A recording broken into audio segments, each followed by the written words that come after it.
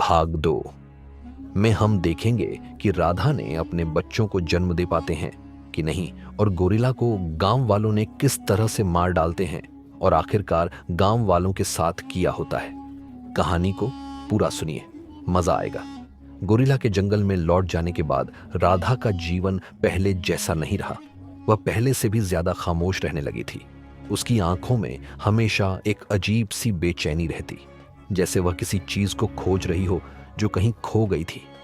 गांव में लोग उसके बदले हुए व्यवहार पर फुसफुसाना लगे। अब यह पागल हो गई है, पंचू काका ने कहा। कहीं जंगल की कोई बलाए चिपक तो नहीं गई। बुजुर्ग महिलाएं कानाफूसी करने लगी। राधा की मां ने उससे कई बार पूछा, तू इतनी गुमसुम क्यों रहती है? क्या बात है राधा? बस मुस्कुराकर कहती, कुछ नहीं मां, मैं ठीक हूं। राधा के अंदर कुछ नया जन्म ले रहा था। राधा को था कि गोरिल्ला उसे छोड़कर नहीं गया, बल्कि वह अब उसके भीतर था। उसका प्रेम, उसकी शक्ति, उसकी जंगली स्वतंत्रता, सब कुछ राधा के भीतर किसी बीज की तरह पल रहा था। एक रात जब पूरा गांव सो रहा था, राधा अचानक जाती। उसके भीतर कुछ हलचल महसूस हुई। ऐसा लगा जैसे कोई उसके भीतर सांस ले रहा हो, कोई नया जीवन आकार ले रहा हो। उसने अपना पेट छुआ और धीरे से फुसफुसाई, राजा, तुम मुझ में हो। राधा की मां को जल्दी शक होने लगा कि कुछ अजीब हो रहा है। उसकी चाल धीमी हो गई थी। वह हर वक्त अपने पेट पर हाथ रखती थी। गांव की औरतें उसे शक की नजरों से देखने लगी। एक दिन पंचू काका ने पूरे गांव को इकट्ठा किया और कहा, यह लड़की जंगल से लौटने के बाद बदल गई है। कोई अनहोनी हुई है। हम इसे ऐसे नहीं छोड़ सकते। गांव वालों ने मिलकर राधा से सवाल करने शुरू किए। तू क्या छुपा रही है? तेरे पेट में क्या? राधा ने कोई जवाब नहीं दिया। उसने सिर्फ हल्की मुस्कान के साथ अपने पेट पर हाथ रखा और कहा, यह जंगल की शक्ति है जो मेरे भीतर पनप रही है। गांव वाले चौंक गए। कुछ को डर लगा, कुछ को गुस्सा आया। यह तो अशकन है। जंगल की बला ऐसे चिपक गई है, हमें इसे गांव से बाहर निकाल देना चाहिए। राधा जानती थी कि गांव वाले कभी उसे समझ नहीं पाएंगे। वे सिर्फ वही देखते थे जो उनकी आंखों के सामने था, लेकिन जो के भीतर पल रहा था उसे समझने की उनकी शक्ति नहीं थी। वह गांव के बीच में खड़ी हुई और कहा, तुम सब डरते हो क्योंकि तुमने कभी जंगल की ताकत को महसूस नहीं किया। तुमने हमेशा उसे एक खतरे की तरह देखा, लेकिन मैंने उसमें प्रेम पाया, मैंने उसमें जीवन पाया, और अब वह जीवन मेरे भीतर बह रहा है। गांव वाले भनचक्के रह गए। कुछ औरतों ने घबराकर सिर पर हाथ रख लिया। यह लड़की पागल हो गई है, इसे रोकना होगा, वरना यह पूरे गांव को तबाह कर देगी। लेकिन पंचू काका चुप नहीं बैठे। उन्होंने अपनी लाठी उठाई और गरज कर बोले, अगर यह जंगल का अंश है तो इसे जंगल ही भेज देना चाहिए। राधा को जबरदस्ती गांव से बाहर निकाल दिया गया। उसने एक बार भी विरोध नहीं किया। वह बस एक अजीब सी शांति के साथ जंगल की ओर बढ़ी, जैसे उसे वहीं जाना था। जंगल के पास पहुंचते ही हवा बदल गई। पेड़ों की सरसराहट में कोई परिचित आवाज थी, और फिर घने पेड़ों के बीच से एक परछाई निकली। गोरिल्ला। वह धीरे धीरे राधा के पास आया और उसकी आंखों में झांका। राधा ने अपना हाथ आगे बढ़ाया और इस बार गोरिल्ला ने उसे झुककर सलाम किया। राधा मुस्कुराई। वह अब समझ चुकी थी, मैं अब गांव की नहीं रही, मैं अब जंगल की बेटी हूं। गांव में लोग यह कहते रहे कि राधा को जंगल की आत्माएं उठा ले गई, लेकिन जंगल में एक नई कथा जन्म ले रही थी। एक लड़की की जिसने अपनी पहचान को अपनाया और जंगल की शक्ति बन गई। राधा अब जंगल की बेटी नहीं, उसकी रानी थी। गांव ने उसे भुला दिया, लेकिन जंगल ने उसे अपना लिया। गोरिल्ला और बाकी जानवर उसके इर्द गिर्द ऐसे घूमते जैसे वे उसकी रक्षा कर रहे हों। पेड़ पौधों की फुसफुसाना को समझ में आने लगी थी, जैसे वे उससे बातें कर रहे हों। समय बीतता गया और राधा जंगल के नियमों को समझने लगी। वह जानवरों की भाषा सीख गई। उनकी हरकतों, गुर्राहट और इशारों को पढ़ना अब उसके लिए सहज हो गया था। गोरिल्ला हमेशा उसके साथ रहता। राधा ने महसूस किया कि वह जंगल के अन्य जानवरों का भी राजा था, लेकिन कोई संगठित शक्ति नहीं थी। शिकारी जानवर कमजोर को मारते, कुछ जानवरों के झुंड आपस में लड़ते। राधा ने जंगल में एक संतुलन बनाने की कोशिश की। वह गोरिल्ला राजा के साथ जंगल के कोने कोने तक गई, हर जानवर को यह समझाने कि जंगल में सिर्फ ताकत का राज नहीं चलेगा, यहां अब सह अस्तित्व का नियम होगा। धीरे धीरे बदलाव दिखने लगा। कमजोर जानवरों को अब सुरक्षा मिली। शिकारी भी अपनी सीमाएं समझने लगे। जंगल में एक नई व्यवस्था बनने लगी, लेकिन गांव अभी भी वही था और गांव वालों को जंगल की शांति पसंद नहीं थी। एक दिन पंचू काका और कुछ गांव वाले जंगल में आए। वे पेड़ों को काटने और जान का शिकार करने आए थे, लेकिन उन्हें अंदाजा नहीं था कि जंगल अब पहले जैसा नहीं रहा। जैसे ही उन्होंने कुल्हाड़ी उठाई, गोरिल्ला राजा की गर्जना गूंजी और फिर पेड़ों के पीछे से राधा निकली। गांव वाले हक्के बक्के रह गए। राधा जिंदा है, पर यह कैसी दिख रही है? राधा अब साधारण लड़की नहीं थी। उसकी चाल में आत्मविश्वास था। उसके चेहरे पर जंगल की शक्ति झलक रही थी। उसने ठंडी आवाज में कहा, अब यह जंगल तुम्हारा नहीं, मेरा है।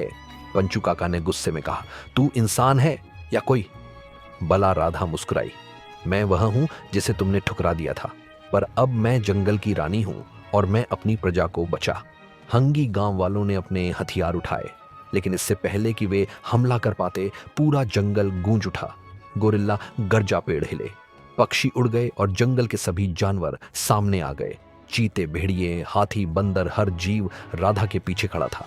गांव वाले कांप गए। उन्होंने पहली बार जंगल की सच्ची ताकत देखी थी। पंचू काका ने कदम पीछे खींचते हुए कहा, यह लड़की अब हमारी नहीं रही। राधा ने आंखें बंद की और जब उसने फिर देखा तो उसके सामने घुटनों के बल बैठे पंचू काका थे। हमें माफ कर दो। तो उसके सामने घुटनों के बल बैठे पंचू काका थे। हमें माफ कर दो।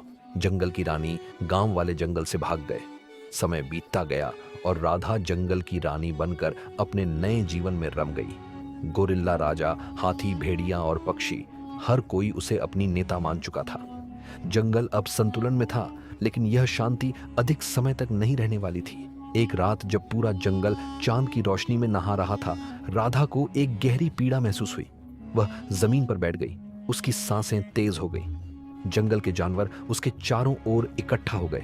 गोरिल्ला राजा चिंतित, लेकिन राधा जानती थी यह दर्द कोई सामान्य दर्द नहीं था। उस रात जंगल के भीतर एक नया जीवन जन्मा। जंगल का बेटा। राधा ने एक पुत्र को जन्म दिया, एक ऐसा शिशु जो इंसानों की तरह था, लेकिन उसकी आंखों में जंगल की गहराई थी। उसकी त्वचा सांवली थी, लेकिन उस पर जंगल की मिट्टी का रंग चढ़ा था। उसकी पकड़ में गोरिल्ला राजा जैसी ताकत थी और उसकी चुप्पी में जंगल का रहस्य बसा था। गोरिल्ला राजा ने उसे अपनी बड़ी हथेलियों में उठाया और गर्जना की। पूरे जंगल ने इस नए उत्तराधिकारी का स्वागत किया। हाथियों ने चिंगाड़ मारी, भेड़िए भौंकने लगे और पक्षी आसमान में उड़कर मंडराने लगे। यह जंगल का नया राजकुमार था, राधा का पुत्र, जंगल का उत्तराधिकारी।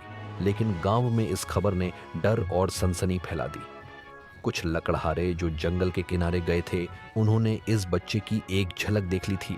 वे भागते हुए गांव लौटे और घोषणा की, राधा ने जंगल में एक दैत्य को जन्म दिया है। वह इंसान नहीं, जंगल की आत्माओं का बेटा है।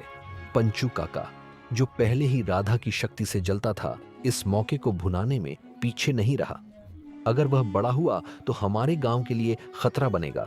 हमें उसे खत्म करना होगा। जब राधा को इस खतरे की भनक लगी तो उसने गोरिल्ला राजा और जंगल के बाकी जानवरों के साथ तैयारी शुरू कर दी। अब यह सिर्फ जंगल बनाम गांव की लड़ाई नहीं थी, यह एक मां की अपने बेटे के लिए लड़ाई थी। गांव वाले जब जंगल की सीमा पर पहुंचे तो उन्हें लगा कि वे आसानी से इस बच्चे को पकड़ लेंगे, लेकिन उन्हें अंदाजा नहीं था कि जंगल अब पहले जैसा नहीं था। राधा अब सिर्फ एक मां नहीं, जंगल की रानी थी। उसने अपने बेटे को गोरिल्ला राजा की गोद में सौंपा और कहा, आज जंगल की शक्ति दिखाने का समय आ गया है। गांव वालों ने जैसे ही जंगल में कदम रखा, उन्हें चारों ओर से घेर लिया गया। गोरिल्ला, भेड़िए, सांप और पक्षी, हर जीव वहां था, लेकिन सबसे भयानक थी राधा की आंखें। तुम्हें लगता है कि तुम जंगल से ताकत छीन सकते हो? तुम्हें लगता है कि तुम मेरे बेटे को छू सकते हो? गांव वालों ने पहली बार राधा के भीतर छिपी सच्ची शक्ति देखी। उन्होंने पहली बार जाना कि अब वह सिर्फ गांव की लड़की नहीं, जंगल की देवी थी। पंचू काका ने डरते हुए घुटने टेक दिए। हमें माफ कर दो नी, हम तुम्हारे बेटे को कभी नुकसान नहीं पहुंचाएंगे। राधा मुस्कुराई। उसने अपने बेटे को देखा। जिसने अभी तक एक शब्द भी नहीं कहा था, लेकिन उसकी आंखों में भविष्य की रोशनी थी। तुमने मुझे ठुकराया, लेकिन जंगल ने मुझे अपनाया। अब तुम सब जंगल से डरो। यह मेरा साम्राज्य है और यह मेरा बेटा, इसका उत्तराधिकारी। गांव वाले भाग गए। वे कभी जंगल लौटने की हिम्मत नहीं कर सके। और राधा का पुत्र, जिसे अब वन पुत्र कहा जाता था, बड़ा होने लगा। उसकी चाल में गोरिल्ला राजा की ताकत थी, उसकी आंखों में जंगल की गहराई और उसकी आत्मा में राधा की बुद्धिमानी। वह इंसानों की भाषा भी समझता था और जानवरों की भी। वह जंगल की हर धड़कन से जुड़ा हुआ था। गांव के कुछ लालची लोगों ने जंगल को काटने और वहां खेती करने की योजना बनाई। उन्होंने सुना था कि जंगल के भीतर एक ऐसा स्थान है जहां जमीन सोने जैसी उपजाऊ है। पंचू काका के बेटे बलराम ने इस योजना को आगे बढ़ाने का बीड़ा उठाया।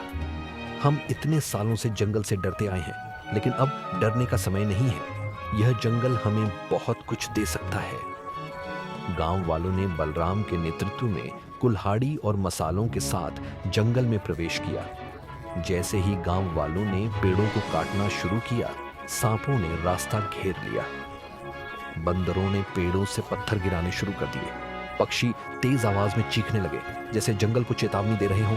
लेकिन सबसे भयानक था वन पुत्र का आगमन। वन पुत्र पूरी तरह से जंगल का अभिन्न हिस्सा बन चुका था। उसकी लंबी और मजबूत काया पर जंगल की मिट्टी का रंग था। उसकी आंखें रात में चमकती थी और उसकी सांसों में जंगल की गरज थी। जब वह गांव वालों के सामने आया तो बलराम चौंक गया। यह कौन है राधा, जो अब जंगल की देवी के रूप में पूजी जाने लगी थी? पेड़ों के बीच से निकलकर बोली, यह वही है जिसे तुमने दैत्य कहा था। यह मेरा बेटा है, जंगल का उत्तराधिकारी। वन पुत्र ने गांव वालों को गहरी आंखों से देखा। वह कुछ नहीं बोला, लेकिन उसकी उपस्थिति ही इतनी शक्तिशाली थी कि गांव वालों की हिम्मत जवाब देने लगी। बलराम ने गुस्से में कहा, हम इस जंगल को नहीं छोड़ेंगे, यह हमारी जमीन है। बलराम ने अपने आदमियों को हमला करने का आदेश दिया। यहीं पर वनपुत्र ने अपनी सच्ची शक्ति दिखाई। वनपुत्र ने अपने हाथों से एक पेड़ की मोटी शाखा तोड़ी और उसे जमीन पर पटका। उसकी शक्ति इतनी जबरदस्त थी कि जमीन कांप उठी। उसने पहली बार अपनी आवाज निकाली। यह एक इंसान की चीख नहीं थी, ना ही किसी जानवर की गरज। यह जंगल की गूंज थी। गांव वाले डर से कांप गए। बलराम ने भाला उठाकर वनपुत्र पर फेंका, लेकिन इससे पहले कि वह उसे छू पाता, गोरिल्ला राजा बीच में आ गया। गोरिल्ला के सीने में भाला धंस गया। राधा की चीख पूरे जंगल में गूंज उठी। गोरिल्ला राजा ने अंतिम बार राधा की ओर देखा और फिर उसकी आंखें बंद हो गईं। वनपुत्र ने अपने पिता को मरते देखा। उसने गहरी सांस ली और उसकी आंखें लाल हो गईं। वनपुत्र ने एक जोरदार गर्जना की। सांप गांव वालों के पैरों में लिपटने लगे। बंदरों ने उनकी की कुल्लड़ियां छीन ली। भेड़ियों ने हमला कर दिया। हाथियों ने पेड़ों से लकड़ियां तोड़कर उन्हें खदेड़ना शुरू कर दिया। बलराम और उसके आदमी जंगल से भागने लगे, लेकिन जंगल ने उन्हें इतनी आसानी से जाने नहीं दिया। बलराम और कुछ गांव वाले जंगल से बचकर भाग गए, लेकिन जब वे गांव लौटे तो उन्हें एक भयानक सच का सामना करना पड़ा। गांव में अब कुछ नहीं बचा था। जो बचे थे वे बीमार पड़ चुके थे। गांव की मिट्टी बंजर हो चुकी थी। कुएं सूख गए थे। पंचू काका, जो कभी जंगल से शक्ति छीनने की कोशिश करता था, अब अपने घर के बाहर पड़ा हुआ था। भूखा प्यासा राधा और वनपुत्र देख रहे थे। देखो माँ, वनपुत्र ने कहा। उन्होंने जंगल को तबाह करना चाहा, लेकिन प्रकृति ने अपना न्याय कर दिया। राधा ने लंबी सांस ली। हाँ बेटा, यह जंगल सिर्फ हमारा नहीं, यह प्रकृति का संतुलन है। जो इसे तोड़ने की कोशिश करेगा, उसे खुद प्रकृति खत्म कर देगी। गांव और जंगल की लड़ाई को बरसों बीत गए। जंगल अब पहले से भी घना और शक्तिशाली हो चुका था, लेकिन गांव वह उजड़ चुका था। पुराने गांव वाले या तो कहीं और बस गए या फिर जंगल के खौफ से दूर भाग गए। लेकिन समय हमेशा एक जैसा नहीं रहता। एक दिन जंगल के किनारे कुछ अजनबी लोग आए। उनके कपड़े फटे थे, चेहरे पर भूख और लाचारी के निशान थे। वे कोई और नहीं बल्कि वही गांव वाले थे जो सालों पहले जंगल के खिलाफ लड़ाई में शामिल थे। वे अब कमजोर और बेघर थे। उनकी नजरें जंगल की ओर उठी। वनपुत्र, मां देखो, यह वही लोग हैं जिन्होंने हमें जंगल में धकेला था। अब वे खुद ही वापस लौट रहे हैं। राधा ने शांत आंखों से गांव वालों को देखा।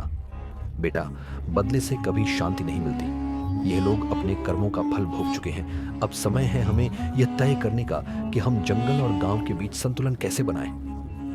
राधा और वनपत्र कलिम्बन ने जंगल को तबाह करने की कोशिश की थी, लेकिन जंगल ने तुम्हें माफ कर दिया। अब मैं भी तुम्हें माफ करती हूं। गांव वालों की आंखों से आंसू गिर पड़े। राधा और वनपत्र कलिम्बन, संगीत जो जंगल और गांव की सीमाओं की रक्षा करता। अंत में राधा अब सिर्फ जंगल की रानी नहीं थी, वह गांव की मां भी बन गई थी। वनपुत्र जो जंगल का उत्तराधिकारी था, अब गांव और जंगल के बीच पुल बन गया। और जब भी कोई अजनबी गांव में आता तो उसे यह कहानी सुनाई जाती। यह गांव एक बार जंगल से लड़ चुका था, लेकिन अब जंगल और गांव एक ही आत्मा के दो हिस्से हैं, राधा और वनपत्र कलिम्बन। पार्ट 2 देखने के लिए चैनल को सब्सक्राइब करें और वीडियो को लाइक करें। नेक्स्ट पार्ट कल आएगा।